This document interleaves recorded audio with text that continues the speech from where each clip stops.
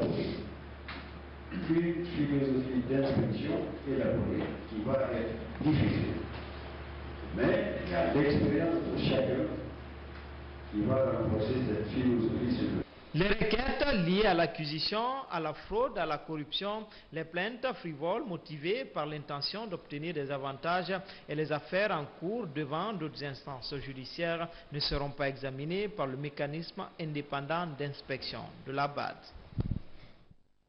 Direction à présent la ville Carrefour où s'est achevée la réunion de plaidoyer et de sensibilisation des populations sur le 3e recensement général de la population et de l'habitat.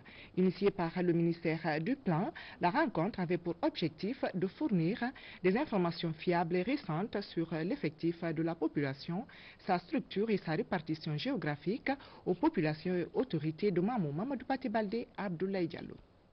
Initiée par le ministère du Plan, cette rencontre a pour objectif d'assurer une large information et de sensibilisation des autorités régionales, préfectorales, communales, les leaders des partis politiques, les élus locaux, la société civile, les confessions religieuses et les représentants d'ONG sur l'importance du 3e recensement général de la population et de l'habitation. Le devoir de reconnaître la nécessité de cet important recensement général dans notre pays nous incombe et nous interpelle tous. Nous devons y consacrer tout le sérieux, car pour engager notre pays dans le sillage des pays émergents, il faudrait des données de base fiables et informatisées. Les résultats attendus de cette activité sont multiples, tant au niveau de la nation qu'à celui de la région administrative de Mamou. Cette opération permettra de disposer pour la première fois de bases de données sur la population, les activités économiques et les caractéristiques des logements au niveau régional, préfectoral, communal, sous-préfectoral, jusqu'au niveau des quartiers, districts et hameaux. Il s'agit également pour l'Institut national des statistiques de définir aux autorités le rôle qu'elles doivent jouer avant, pendant et après le dénombrement.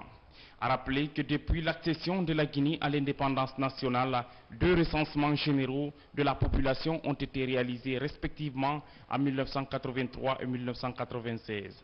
Avec celui de 2012, l'espoir est permis quand on sait qu'il permettra d'actualiser la connaissance de la population guinéenne par la fourniture d'indicateurs sur l'effectif de la population, répartition, composition et les tendances futures. Et oui, je vous l'avais également dit, c'est désormais officiel, les propriétaires des véhicules devront payer le stationnement à Kalouma. Le ministère de l'administration du territoire a procédé au lancement officiel de l'opération. Selon les initiateurs de ce projet, il permettra d'employer des jeunes et de faire face à la construction de certaines infrastructures publiques dans la commune de Kalouma, dans l'espoir que la gestion des fonds sera rigoureuse. Fernand Kourouma, reportage. Lancé officiellement par le ministère de l'administration du territoire, le stationnement payant à Kaloum est désormais une réalité. Initié par Feu Nabi Diakité, ancien ministre de l'administration du territoire, ce projet va fluidifier la circulation et générer des fonds pour la construction d'infrastructures publiques, en plus des avantages qu'en tirent les jeunes de la commune.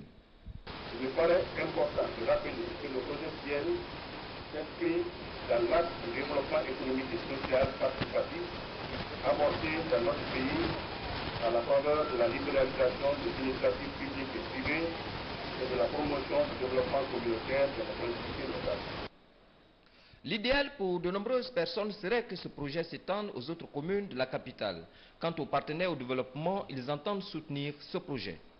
Le partenariat entre le CECI et la Direction nationale de développement local DNDL vise la promotion de l'emploi des jeunes et des femmes au-delà de la normalisation du stationnement dans Kaloum. C'est pourquoi, au nom du CECI, je souhaite plein succès à la Ciel parking et stationnement payant de Kaloum, mais aussi l'avènement de nouvelles Ciel dans les 4 autres communes de Conakry et pourquoi pas dans toutes les capitales régionales du pays.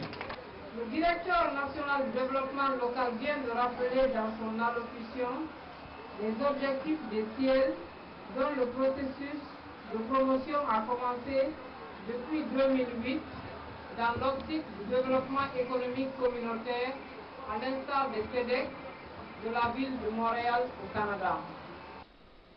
Le coût du stationnement est fixé à 1000 francs guinéens, mais il faudra une véritable campagne de sensibilisation pour expliquer aux populations l'importance de cette opération. Au terme de la cérémonie, des simulations de paiement de tickets ont été effectuées. D'importants dégâts matériels, heureusement pas de perte en vie humaine. Tel est le bilan d'un incendie qui s'est déclaré dans le domicile de notre citoyen Ibrahima Khalil Saro, ici même à Conakry. Un court-circuit serait à l'origine de cet incendie. Se dire que le courant électrique continue à faire des victimes à travers le pays. Mamadi Gassama, compte rendu. Pour l'instant, on n'a aucune estimation chiffrée des pertes matérielles enregistrées au cours de cet incendie. Le propriétaire de la concession qui a pris feu est encore sous le choc. Vendredi aux environs de 16 h, un incendie dû à un court-circuit s'est déclaré au domicile d'Ibrahima Khalil Sako. Pas de perte en vie, mais d'importants dégâts matériels. Parce que j'étais dans le bureau de la